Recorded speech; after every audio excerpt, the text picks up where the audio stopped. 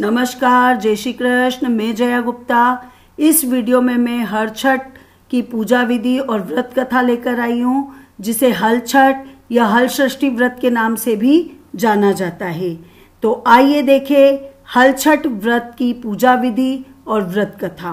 भाद्रपद मास के कृष्ण पक्ष की षष्ठी तिथि को हल छठ या हर छठ का व्रत किया जाता है।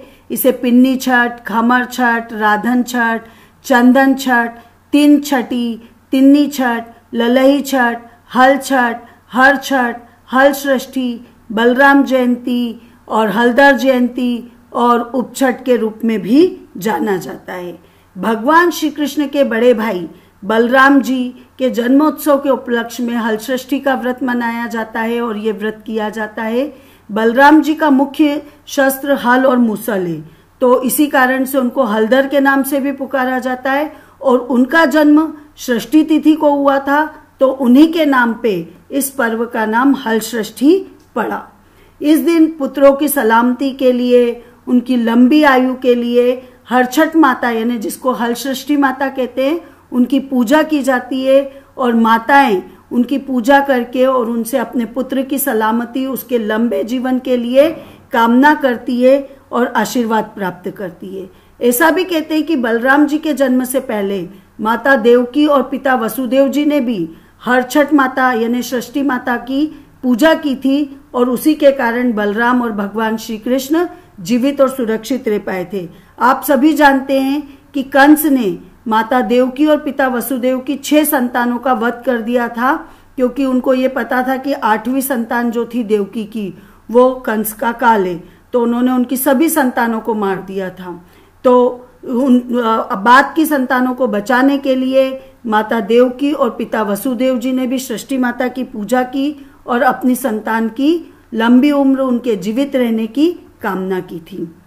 हल षष्ठी के दिन प्रातःकाल स्नान आदि से निवृत्त होकर दीवार पर गोबर से लीप के हर छठ का चित्र बनाया जाता है, जिसमें गणेश, लक्ष्मी, शिव पार्वती, सूर्य चंद्रमा, गंगा जमुना आदि के चित्र बनाए जाते हैं।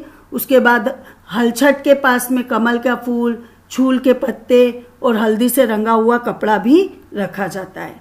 हल छठ की पूजा में पसाई के चावल, महुआ और दही आदि का प्रसाद चढ़ाया जाता है। इस पूजा में सतनजा यानी कि 7 प्रकार का भुना हुआ अनाज वो चढ़ाया जाता है। वो भुना हुआ अनाज कौन कौन सा होगा वो भी मैं आपको यहाँ बता रही हूँ। गेहूं, चना, मटर, मक्का, ज्वार, बाजरा और अरहर, ये 7 प्रकार के अनाज को भूनकर और इसको यूज किया जाता है। इसके बाद हल षष्ठी माता की कथा सुनने का विधान होता है। इस व्रत का पालन करने वाली महिलाएं इस दिन हल से जुती हुई सामग्री या अनाज नहीं खाती है और ना ही गाय का दूध, घी और उससे बनी हुई पकवान या सामग्री खा सकती है। तो इस दिन केवल वृक्ष पे लगे हुए खाद्य पदार्थ खाए जाते हैं और साथ ही भैंस का दूध का प्रयोग किया जाता है। आइए देखें अब हल छठ की पूजा सामग्री कौन कौन सी चाहिएगी आपको हल छठ व्रत करने के लिए। तो भैंस का दूध, घी, भैंस के दूध से बना हुआ घी और दही, गोबर, महुए के फल, फूल और पत्ते, ज्वार की धानी, एपन, कुलवे यानी मिट्टी के छोटे छोटे कुल्हड़, देवली, छेवली, बांस और महुए के पत्ते से बनी हुई होती है ये चीज। तो ये सारी चीजों की आवश्यकता होती है। अब देखते हैं हल षष्ठी के नियम और पूजा विधि। पहले मैं आपको व्रत के नियम बता रही हूँ, फिर पूजा विधि बताऊंगी। तो प्रातःकाल उठ के महुए से दांत साफ किए जाते हैं। इसके बाद बिना हल से जुते हुए खाद्य पदार्थ खाए जाते हैं, जैसे पसाई के धान के चावल, इनको जोता नहीं जाता है तो ये खा सकते हैं आप, और भैंस के दूध और उससे बने हुए पदार्थों का ही आप भोजन में प्रयोग कर सकते हैं। और भोजन जो है वो आप पूजा करने के बाद करेंगे। यह व्रत पुत्रवती स्त्रियां ही कर सकती, क्योंकि पुत्र की लंबी उम्र के लिए किया जाता है। इसलिए यह व्रत पूजा हेतु भैंस के गोबर से ही पूजा घर में घर की दीवार पे हर छठ माता का चित्र बनाया जाता है, एपन तैयार किया जाता है और उससे ही चित्र को श्रृंगारित किया जाता है। एपन बनाने की विधि भी मैं यहाँ आपको बता रही हूँ। तो पूजा के जो चावल होते हैं उनको पानी में भिगो के रख दिया जाता है। फिर जब वो अच्छे गल जाते हैं तो उनको सिलबट्टे पे पीस के और उसमें हल्दी मिला के और एक तरह का लेप बना लिया जाता है, यानी घोल तैयार हो जाता है जिसको एपन कहते हैं। और इस चित्र में हल, सप्त ऋषि, पशु, किसान, और भी कई सारे चित्र जो कि मान्यता के अनुसार बनाए जाते हैं वो सब बनाए हुए हैं। कई परिवार केवल हाथों के और छापे बनाते एपन से और उनकी पूजा करते हैं और उनसे उनके ही आगे कथा सुनते हैं। पूजा के लिए पाटे पे कलश सजाया जाता है। गणेश जी और माता गौरा को स्थापित किया जाता है। साथ में मिट्टी के कुल्वा जो कुल्हड़ है उसमें ज्वार की धानी और महुए का फल भर के रखा जाता है। एक मटकी में देवली छेवली को रखा जाता है और सबसे पहले कलश की पूजा करके गणेश जी की और माता गौरा की पूजा की जाती है। फिर हलछठ माता की पूजा की जाती है। उसके बाद कुल्वे एवं मटकी की पूजा की जाती है और पूजा के बाद हर छठ की कथा पढ़ी और सुनी जाती है और फिर माता जी की आरती की जाती है। आरती के बाद वहीं पे बैठ के महुए के पत्ते पर या महुए का फल रख के या भैंस के दूध से बने हुए दही के साथ उसको खाया जाता है। और पूजा के बाद व्रत पूरा करने के लिए भोजन में पसई धान के चावल और भैंस के दूध से बनी हुई वस्तुएं आप खा सकते हैं। आइए अब देखें हलछठ या हलषष्ठी व्रत की कथा।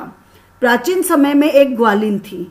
वो रोज दूध दही बेचती थी और इस तरह से उसका गुजारा होता था। अब वो ग्वालिन गर्भिणी थी तो उसका प्रसव काल निकट आ गया था। अब वो एक दिन प्रसव पीड़ा से बहुत व्याकुल हो रही थी, पर उसके दूध दही ऐसे कैसे ही लगे बचे हुए थे, उसका दूध दही नहीं बिका था। तो उसका मन बार बार अपने दूध दही को बेचने में लग रहा था कि मैं इसको बेच दूं, नहीं तो प्रसव हो गया तो ये ऐसा कैसे ही पड़ा रह जाएगा, खराब हो जाएगा। तो ये सोच के वो प्रसव पीड़ा में भी दूध दही के घड़े सिर पे रख के और उनको बेचने के लिए चल पड़ती। पर अब कुछ दूर ही पहुंचती वो और उसको तो खूब तेज दर्द होने लगता है, असहनीय प्रसव पीड़ा होने लगती। तो वहीं वो एक झरबेरी की ओट में चल जाती है और वहां पे वो अपने बच्चे को जन्म देती है। अब बच्चे को वहीं पे छोड़ के और वो वापस दूध दही बेचने के लिए गांव में चल जाती है पास के।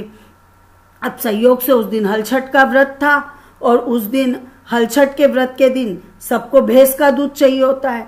अब ग्वालिन के पास तो गाय का दूध था, तो उसने सोचा यदि मेरे आज तो गाय का दूध बिकेगा ही नहीं, तो वो झूठ बोल के और सभी को भैंस का दूध बता के और सीधे साधे गांव वालों को वो गाय का दूध भैंस का दूध बता के बेच आती है।